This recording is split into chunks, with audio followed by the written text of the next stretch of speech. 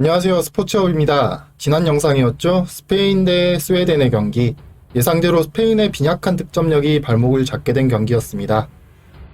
꽤 많은 찬스를 가져갔던 스페인이었지만 전방에서의 결정력이 부족한 탓에 모두 날리고 말았고 결과는 무승부로 마감되었습니다. 이번 경기 죽음의 F조, 사실상 결승전이라고 할 수도 있을 프랑스 대 독일의 경기가 펼쳐집니다. 내일 새벽 4시 독일의 알리안츠 아레나에서 펼쳐지는 경기 프리뷰해보도록 하겠습니다. 먼저 프랑스입니다. 데샹 감독이 이끌고 있고요. 피파 랭킹 2위로 지난 2018 러시아 월드컵에서 우승한 챔피언입니다. 최근의 프랑스는 그야말로 황금세대라고 볼 수 있습니다. 최전방부터 후반까지 월드클래스 선수들이 즐비한 프랑스입니다. 유로 최고 성적은 1984년, 2000년에 우승을 기록한 바 있고요. 지난 유로 2016에서도 결승까지 진출했습니다. 최근 10경기 성적은 7승 2무 1패, 역시나 좋은 모습입니다. 이번 명단에서 눈여겨볼 점은 역시 벤제마의 대표팀 복귀가 되겠죠. 이 선수 개인적으로 또 팀 내에서의 문제로 한동안 대표팀에 차출되지 못했다가 이번 유로 2020을 기점으로 다시 프랑스 대표팀으로 복귀한 벤제마입니다. 프랑스로서는 유일한 고민이었던 최전방 꼭지점의 고민을 해소해줄 최고의 카드가 합류한 셈입니다. 대회 전에 치러진 친선 경기에서 경미한 부상을 겪고 출전이 불투명했지만 다행히 출전이 가능하다는 소식도 BBC를 통해 나왔습니다. 프랑스 예상 선발 라인업만 봐도 화려한 걸 볼 수 있죠. 최전방 벤제마, 음바페, 그리즈만부터 시작해서 중원의 깡테, 포그바, 톨리소, 라비오 등등, 수비에도 레알 마드리드의 라팔 바란, 킴펜베, 에르난데스, 주마 등등 어디 하나 흠잡기 힘든 스쿼드를 구축하고 있습니다. 후스쿼드에서 예상한 선발 라인업입니다. 4-3-1-2로 전방에 음바페, 벤제마, 투톱에 그 밑을 그리즈만이 받쳐주고 삼선에 톨리소, 깡테, 포그바가 포진하는 그림이네요. 제 개인적인 생각으로 선발 라인업으로는 이제 4-3-3으로 최전방에 벤제마, 측면으로 음바페, 그리즈만이 넓게 벌리고 중앙으로 파고들어 독일의 불안한 풀백 진영을 공략할 거라고 예상하고 있습니다. 프랑스의 최근 경기 성적을 보겠습니다. 최근 10경기에서는 7승 2무 1패로 좋은 성적을 거두고 있습니다. 유일한 패배가 이제 핀란드전이었는데요. 해당 경기 비록 로테이션을 가동한 경기이긴 했지만 프랑스 선수들의 이름값을 생각한다면 아쉬운 경기이긴 합니다. 최근 4경기 4연승을 달리고 있고요. 4연승 기간 동안 실점은 없습니다. 특히 지난 2경기 모두 3대0 완승을 거둔 만큼 역시나 우승 후보다운 모습을 보이고 있습니다. 다만 약팀을 상대한 경기가 많았고 최근 독일처럼 강한 스쿼드를 가진 팀을 상대한 적이 없다는 점으로 인해 경기가 풀리지 않을 시에 선수들의 조급함으로 이어질 가능성도 충분히 존재합니다. 이번 경기 프랑스의 키플레이어로 두 선수를 뽑아봤는데요. 먼저 카림 벤제마입니다. 레알 마드리드 소속으로 지난 시즌 34경기 23골 9개의 도움을 기록하며 득점 랭킹 2위, 도움 랭킹 3위에 올랐습니다. 벌써 몇 시즌 동안 레알 마드리드의 최전방 공격수로 활약하면서 득점력은 이미 증명한 선수이고요. 득점력뿐만 아니라 팀원들과의 연계 플레이와 패스를 통해 골을 돕는 역할 역시 훌륭하게 수행하는 선수입니다. 아직까지 최전방 넘버9 중에 최고로 꼽히는 선수이니만큼 그 능력은 의심할 바가 없고요. 프랑스 양측면 음바페와 그리즈만과의 연계 플레이를 통해서 독일의 두터운 수비를 공략하려면 벤제마의 역할이 무엇보다 중요하겠습니다. 한 가지 걱정되는 측면이 있다면 역시 최근 친선 경기에서 입은 경미한 부상 때문에 과연 이번 경기에서 풀핏으로 뛸 수 있느냐 하는 것입니다. 두 번째 선수로서는 역시 은골로 캉테를 뽑았습니다. 지난 시즌 첼시 소속으로 뛰면서 첼시의 챔피언스리그 우승을 이끈 주역입니다. 챔피언스리그 결승에서 맨시티를 상대로 맨 오브 더 매치에 선정되는 등 현 시점 최고의 미드필더 중에 한 명이죠. 168cm라는 작은 체구에도 불구하고 많은 활동량을 통해서 중원에 힘을 실어주고 태클, 인터셉트 등의 수비적인 능력은 물론이고 볼 운반, 공격 시 오프 더블 움직임 등등 공격적인 능력 또한 탁월한 선수입니다. 여기에 더해 중거리 능력까지 어느 정도 겸비하고 있어서 미드필더로서 가져야 할 모든 능력을 다 가진 선수라고 할 수 있겠습니다.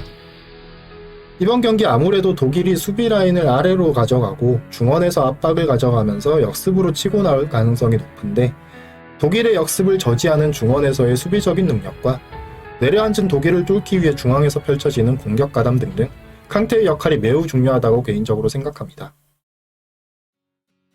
다음으로 독일입니다. 요아임 레브 감독이 이끌고 있습니다. 피파 랭킹 12위로 무적 전차 군단의 이름에 비해 다소 아쉬운 상황인데요. 유로 최고 성적은 1972년, 1980년, 1999년 우승이 있고요. 이번 유로 예선에서 C조 1위로 조별 라운드에 진출했습니다. 최근 경기 성적은 6승 2무 2패, 성적만 놓고 보면 나쁘지는 않은 상황인데요. 그러나 사실 최근에 독일은 확실히 좋지 못합니다. 과거에 이제 브라질을 두들겨 패던 그런 독일이 아닙니다. 2018년 러시아 월드컵을 전후로 이제 폼이 많이 떨어져 있는 모습인데요. 러시아 월드컵 당시에 우리나라와 조별 라운드 마지막 경기에서 2대 0으로 패하면서 조별리그 탈락이라는 믿지 못할 결과를 가져간 독일입니다. 최근 경기도 면면을 살펴보면 결코 좋지 않습니다. 스위스와의 3대3 무승부를 거둔 것을 시작으로 네이션스 리그에서 스페인에게 6대0 대패를 기록했고 얼마 전 월드컵 유럽 예선에서 북마케도니아에게 2대1로 패배하는 등 절대 긍정적으로 보긴 힘든 최근 성적입니다. 이에 이번 유로 2020을 대비해서 2명의 베테랑 선수를 다시 복귀시켰는데요.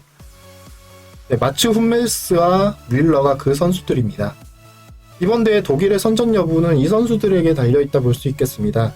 이번 대회가 독일 레브 감독의 마지막 대표팀 지휘이니만큼 유종의 미를 거둘 수 있을지 지켜보는 재미가 있을 것 같습니다. 이번 경기 키플레이어로서는 역시나 훈멜스 선수가 있겠습니다. 세대 교체를 빌미로 한동안 대표팀에 소집되지 못했습니다만 소속팀에서는 여전히 꾸준하게 활약을 보여주었고요. 위기의 독일을 구하기 위해 이번 대회에 다시 소집되었습니다. 최근 독일의 가장 큰 문제는 역시나 어마어마한 실점률에 있었습니다. 최근 10경기 동안 실점은 총 14실점.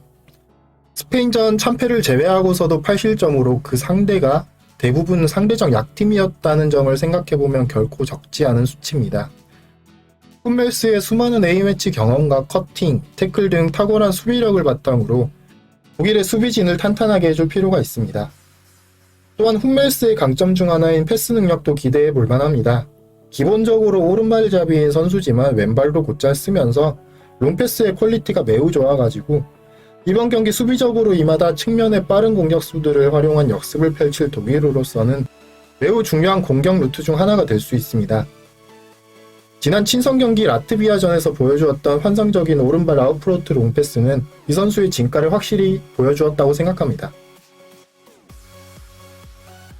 두 번째 선수로서는 개인적으로 티모 베르너 선수를 뽑고 싶습니다.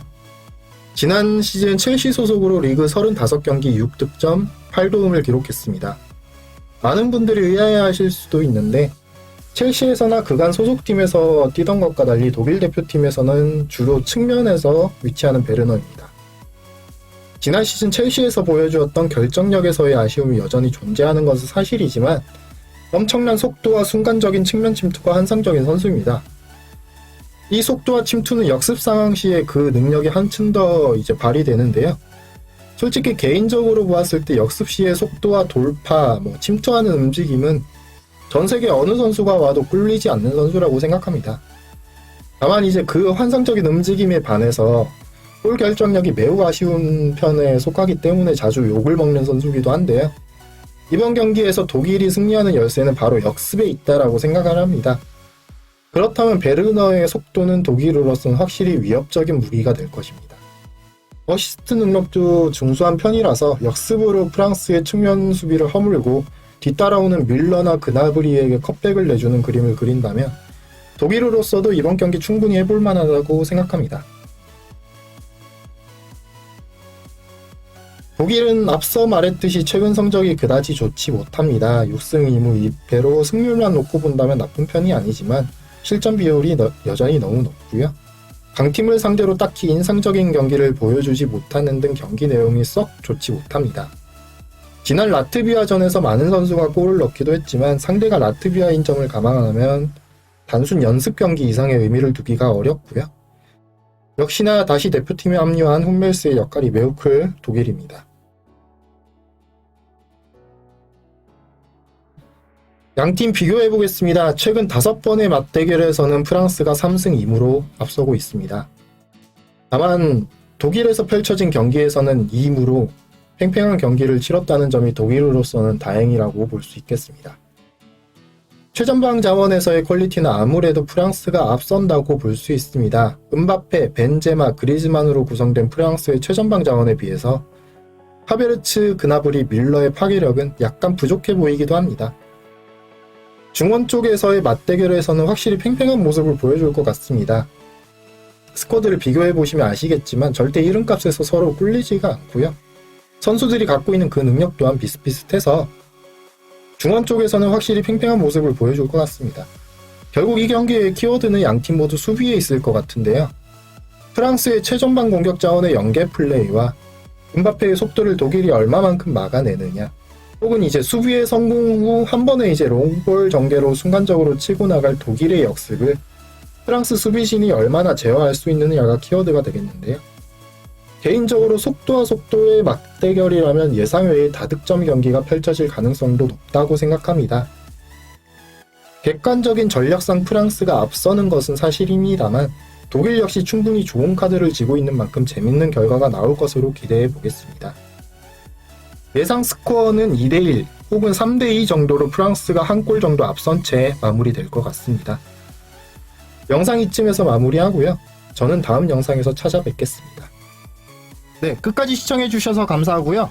구독과 좋아요 눌러주시면 다음 영상에서는 더 좋은 영상으로 찾아뵙도록 하겠습니다.